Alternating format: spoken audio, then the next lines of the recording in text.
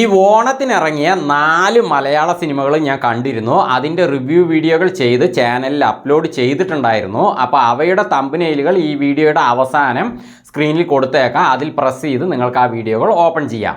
പക്ഷേ ഈ വീഡിയോയിൽ ഞാൻ അതിലൊക്കെ എല്ലാ കാര്യങ്ങളും വിശദമായി പറഞ്ഞിട്ടുണ്ട് കേട്ടോ, ആ ഓരോ സിനിമകളുടെ വീഡിയോകളിലും. അപ്പോൾ അതുകൊണ്ട് ഇതിൽ ഞാൻ വളരെ ചുരുക്കി ഈ 4 സിനിമകൾക്കുമുള്ള എൻ്റെ വ്യക്തിപരമായ അഭിപ്രായത്തിലുള്ള സ്ഥാനങ്ങളാണ് ഞാൻ പറയാൻ പോകുന്നത്. അപ്പോൾ നിങ്ങൾക്ക് ഈ 4 സിനിമകളും കണ്ടിട്ടുണ്ടെങ്കിൽ ഇവയുടെ സ്ഥാനങ്ങൾ എന്താണ് നിങ്ങൾ ചിന്തിക്കുന്നതോ അത് നിങ്ങൾക്ക് കമൻറ്റിലൂടെ അറിയിക്കാം. അപ്പോൾ ഈ 4 സിനിമകളിൽ 4ാം സ്ഥാനത്ത് നിൽക്കുന്ന സിനിമ എൻ്റെ അഭിപ്രായത്തിൽ മേനെ പ്യാർ കിയ. അപ്പോൾ ഈ സിനിമയിൽ തുടക്കത്തിലൊരു സംഭവം കാണിച്ചിട്ട് പിന്നെ അവിടുന്ന് അങ്ങോട്ട് കുറേ സമയം നല്ല രീതിയിൽ തന്നെ പ്രണയമാണ് എടുത്തിരിക്കുന്നത്. അത് ഹൃദുഹാരൻ നന്നായിട്ട് തന്നെ ചെയ്തിട്ടുണ്ട്. പക്ഷേ ആ പ്രണയത്തിൻ്റെ ആ പോക്ക് അങ്ങനെ പോയിട്ട് പിന്നെ അവിടുന്ന് അങ്ങോട്ട് സിനിമ ആകെ കുളമാക്കി വെച്ചിരിക്കുകയാണ്.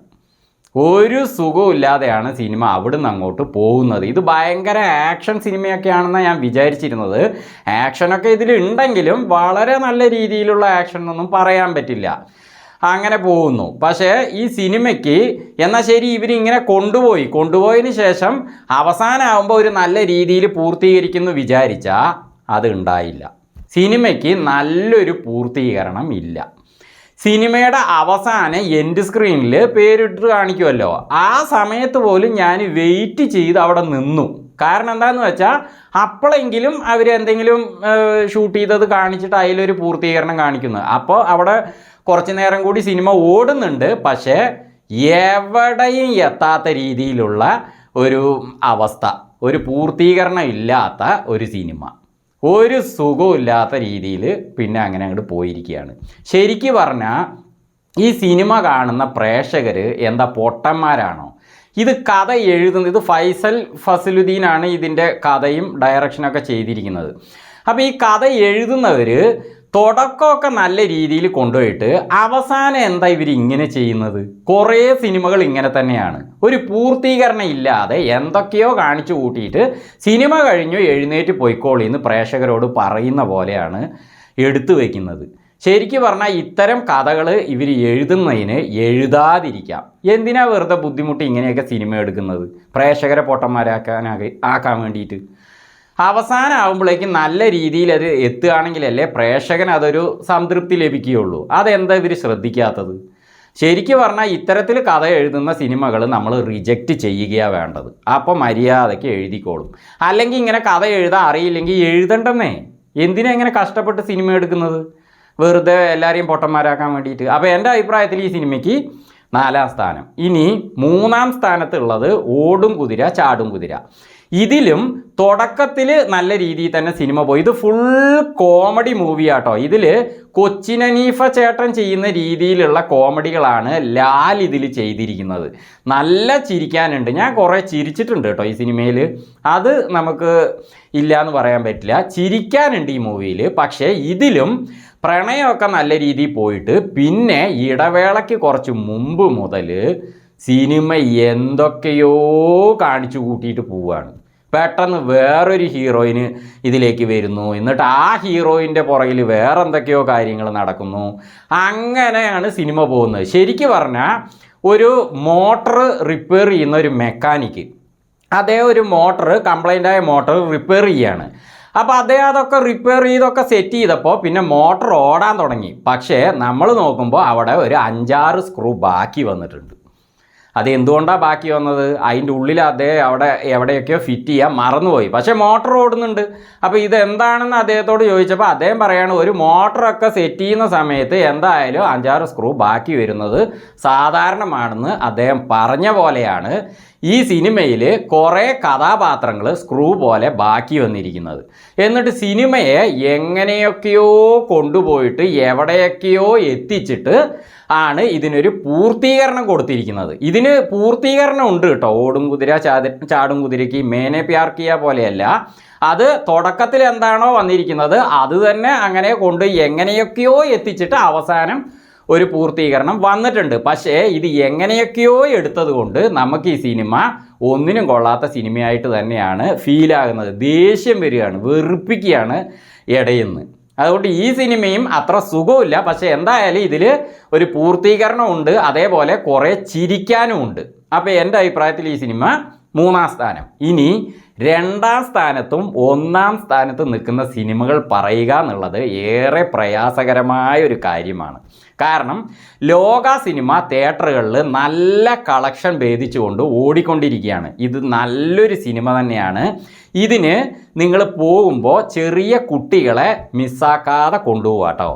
കാരണം ഫാമിലി ആയിട്ട് പോയി കാണാൻ പറ്റിയ ഒരു നല്ല സിനിമ തന്നെയാണ്. കുട്ടികൾക്ക് നല്ല ഇഷ്ടപ്പെടും. അതിനുള്ള സംഭവങ്ങളൊക്കെ ഈ സിനിമയിലുണ്ട്. സ്പൈഡർമാൻ സൂപ്പർമാൻ്റെ ലെവലിലാണ് ഈ സിനിമ മലയാളത്തിൽ എടുത്തു വെച്ചിരിക്കുന്നത്. നല്ല കല്യാണിയൊക്കെ വളരെ നന്നായിട്ട് അഭിനയിച്ചിട്ടുണ്ട്. നല്ലൊരു സിനിമയാണ്. ഈ സിനിമയിൽ ഇതിൻ്റെ കഥ എഴുതിയിരിക്കുന്നത് ഡൊമിനിക് അരുണാണ്. കല്യാണിയുടെ ക്യാരക്ടർ നെയിം ചന്ദ്രയാണ്. പക്ഷെ ശരിക്ക് സിനിമയിൽ കല്യാണി ചന്ദ്രയല്ല. കാരണം അത് ആരാണെന്നുള്ളത് നിങ്ങൾ സിനിമ കണ്ട് മനസ്സിലായിക്കോളും. ഞാൻ അതിലേക്ക് കടക്കുന്നില്ല.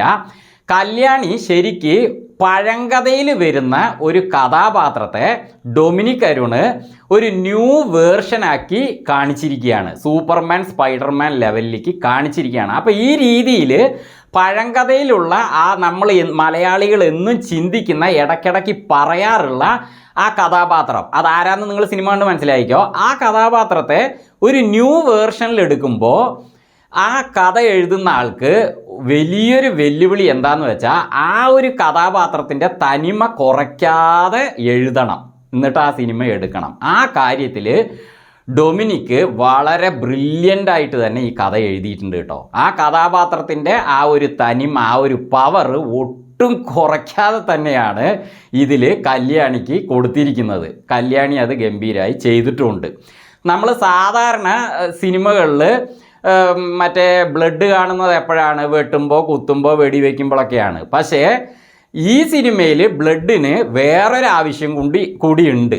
അത് കുറേ കാലമായിട്ട് നമ്മൾ ഈ ഒരു ആവശ്യത്തോടെയുള്ള സിനിമകളെ നമ്മൾ കണ്ടിട്ടില്ല. അത് ഈ സിനിമയിലുണ്ട്. അത് എന്തിനാണ് ബ്ലഡ് ഈ സിനിമയിൽ കാണിക്കുന്നതെന്ന് നിങ്ങൾ സിനിമ കണ്ട് മനസ്സിലാക്കിക്കോളൂ. എന്തായാലും നല്ലൊരു സിനിമയാണ്. പക്ഷേ ഇത് ഒരു സാങ്കല്പിക സിനിമയാണ്, ഇമാജിനാണ്. അപ്പോൾ ആ ഇമാജിൻ ആയതുകൊണ്ട് മാത്രമാണ്. അപ്പോൾ ലോക സിനിമയ്ക്ക് എൻ്റെ അഭിപ്രായത്തിൽ 2-ാം സ്ഥാനം. ലോക സിനിമയുടെ റിവ്യൂ വീഡിയോ ഞാൻ ചെയ്തപ്പോൾ ഒരു കാര്യം ഞാൻ പറയാൻ മറന്നുപോയി കേട്ടോ. അത് ഞാൻ വീഡിയോ അപ്ലോഡ് ചെയ്തതിന് ശേഷമാണ് എനിക്ക് ഓർമ്മ വന്നത്. പറയണമെന്ന് വിചാരിച്ചിരുന്നു, പറയാൻ മറന്നുപോയി. അത് എന്താണെന്ന് വെച്ചാൽ അതങ്ങനെ വിടാൻ പറ്റിയൊരു കാര്യമല്ല. ഈ സിനിമയിൽ കല്യാണിയുടെ കഥാപാത്രത്തിൻ്റെ ചൈൽഡ്ഹുഡ് കാണിക്കുന്നുണ്ട്, കുട്ടിക്കാലം. അപ്പോൾ അതിൽ ഒരു കുട്ടി അഭിനയിച്ചിട്ടുണ്ട്. ആ കുട്ടിയുടെ പേരെനിക്കറിയില്ല. ആ കുട്ടിയെ കാണിക്കുമ്പോൾ ആ കുട്ടി നന്നായിട്ട് ആക്ഷൻ ചെയ്യുന്നുണ്ട്. അതേപോലെ ആ കുട്ടിക്ക് പലതരം വികാരങ്ങൾ അവിടെ കാണിക്കാണ്ട്, ഭാവങ്ങൾ കാണിക്കാണ്ട്. അതിൻ്റെ അച്ഛനമ്മയുടെ കഥാപാത്രങ്ങളിലും അതേപോലെ ഭയങ്കര ഭീകരമായ കാര്യങ്ങളൊക്കെ കാണിക്കാണ്ട് അതൊക്കെ ആ കുട്ടി വളരെ നന്നായിട്ട് ചെയ്തിട്ടുണ്ട് കേട്ടോ. കല്യാണിയും അതെ, കല്യാണിയുടെ ചൈൽഡ്ഹുഡും അതെ, 2 പേരും തന്നെ നന്നായിട്ട് ഈ സിനിമയിൽ അഭിനയിച്ചിട്ടുണ്ട്. അപ്പം ഞാനത് ആ വീഡിയോയിൽ പറയാൻ മറന്നുപോയതുകൊണ്ട് ഇതിലൊന്ന് സൂചിപ്പിച്ചതാണ്. ഇനി 1-ാം സ്ഥാനത്ത് നിൽക്കുന്ന സിനിമ എല്ലാവർക്കും മനസ്സിലായിട്ടുണ്ടാവും, ഹൃദയപൂർവ്വം തന്നെയാണ്. ഈ സിനിമയ്ക്ക് ഞാൻ 1-ാം സ്ഥാനം പറയാനുള്ള ഒരു കാരണം എന്താണെന്ന് വെച്ചാൽ, ലോകയും നല്ല സിനിമയാണ്. പക്ഷേ ഇതിന് ഞാൻ 1-ാം സ്ഥാനം പറയുമ്പോൾ ഒരു റിവ്യൂ ചാനൽ എന്ന നിലയ്ക്ക് ഞാൻ അതിൻ്റെ എല്ലാ കാര്യങ്ങളും മനസ്സിലാക്കിയിട്ട് വേണമല്ലോ പറയാൻ. അപ്പോൾ ഈ സിനിമ സമൂഹത്തിൽ ഇപ്പോൾ ചെയ്തുകൊണ്ടിരിക്കുന്ന ഒരു കാര്യത്തെ എടുത്തിട്ട്, സമൂഹത്തിൽ പറഞ്ഞാൽ ലോകത്ത്, പണ്ടൊന്നും ഇത് ചെയ്തിട്ടില്ല കേട്ടോ, പണ്ട് ഇത് കണ്ടുപിടിച്ചിട്ടില്ല. അപ്പോൾ ആ ഒരു കാര്യത്തെ എടുത്തിട്ടിട്ട് ഇതിൽ സിനിമയിലെ ലാലേട്ടൻ്റെ സന്ദീപ് ബാലകൃഷ്ണൻ എന്ന ആ കഥാപാത്രം സാൻഡിക്ക് ഒരു പ്രത്യേകതയുണ്ട്. ആ പ്രത്യേകത എന്താണെന്ന് നിങ്ങൾ സിനിമ കണ്ട് മനസ്സിലാക്കിക്കോളൂ, ഞാൻ അതിലേക്ക് കയറുന്നില്ല. ആ പ്രത്യേകത ഉള്ള ഒരു വ്യക്തിയിൽ ആ പ്രത്യേകതയുമായി ബന്ധപ്പെട്ട കഥാപാത്രങ്ങൾ, ബന്ധങ്ങൾ, അത് ഫ്രണ്ട്സ് ആകാം, മറ്റുള്ള ബന്ധങ്ങളാകാം. അപ്പം അവരാണ് മാളവിക മേനോൻ, സംഗീത മാധവൻ, മറ്റേ ലാലു അലക്സ് ചേട്ടൻ, ഇവരൊക്കെ. അപ്പോൾ അവർ ആ പ്രത്യേകതയിൽ ഇയാളെ കാണുമ്പോൾ അവരുടെ വികാരം എന്തായിരിക്കും? അത് വളരെ മനോഹരമായിട്ട് ഇതിൻ്റെ കഥ എഴുതിയിരിക്കുന്ന അഖിൽ സത്യനും സോനു ടി.പിയും കൂടി എഴുതിയിരിക്കുകയാണ്. ശരിക്കും പറഞ്ഞാൽ നമ്മുടെ ഭവനങ്ങളിലൊന്നും ഇതൊന്നും സംഭവിക്കാത്തത് കൊണ്ട് നമ്മളതിനെക്കുറിച്ച് ചിന്തിക്കില്ല. പക്ഷെ ചില ഭവനങ്ങളിൽ ഈ പ്രത്യേകത സംഭവിക്കാറുണ്ട്. കാരണം ഇന്ന് ശാസ്ത്രം അത്രയും വളർന്നിരിക്കുന്നതുകൊണ്ട് അത് ചെയ്യേണ്ട ഒരു സാഹചര്യം വരുന്നുണ്ട്. അപ്പോൾ ആ പ്രത്യേകത അവരിൽ വരുമ്പോൾ അവർ എന്തൊക്കെ ചിന്തിക്കും. ഇപ്പം നിങ്ങൾ ഈ സിനിമ കാണാൻ പോയി കഴിഞ്ഞാൽ ഇതിൽ ഈ ഒരു പ്രത്യേകത എനിക്കാണ് വന്നിരിക്കുന്നതെങ്കിൽ ഈ ഒരു പ്രത്യേകതയുമായി ബന്ധപ്പെട്ട ആളുകൾക്ക് എന്നിൽ എന്തു തോന്നും, എനിക്ക് അവരിൽ എന്തു തോന്നും എന്ന് നിങ്ങൾ തീർച്ചയായിട്ടും ചിന്തിക്കണം. അങ്ങനെ ചിന്തിച്ചുകൊണ്ട് ഈ സിനിമ കാണുമ്പോൾ നിങ്ങൾക്ക് ആ പൂർത്തീകരണം വളരെ മനോഹരമായിട്ട് തോന്നും. ഇതിൻ്റെ പൂർത്തീകരണം വളരെ നല്ല രീതിയിൽ തന്നെ ചെയ്തു വെച്ചിട്ടുണ്ട് കേട്ടോ. ഞാൻ വിചാരിച്ചു ഈ സിനിമ തുടങ്ങി അങ്ങനെ പോകുമ്പോൾ ഈ കഥാപാത്രങ്ങളൊക്കെ ഇങ്ങനെയുണ്ട്, ഇത് എവിടെ എത്തും, എങ്ങനെ ഇവർ അവസാനിപ്പിക്കും, ഒരു സുഖമില്ലാത്ത രീതിയിലും പോകുന്നുണ്ടല്ലോ എന്ന് ചിന്തിച്ചു. പക്ഷേ സത്യൻ അന്തിക്കാട് സാറ് അദ്ദേഹത്തിൻ്റെ ആ ഫാമിലി ടച്ചിൽ അദ്ദേഹം സിനിമ എടുക്കുന്ന ആ ഒരു ലെവല് ഈ സിനിമയിലും കൊണ്ടുവന്നിട്ടുണ്ട്. സത്യൻ അന്തിക്കാട് സാറുടെ ആ ഒരു ടച്ച് ഈ സിനിമയിൽ വളരെ മനോഹരമായിട്ട് അദ്ദേഹം ചെയ്തു വെച്ചിട്ടുണ്ട്.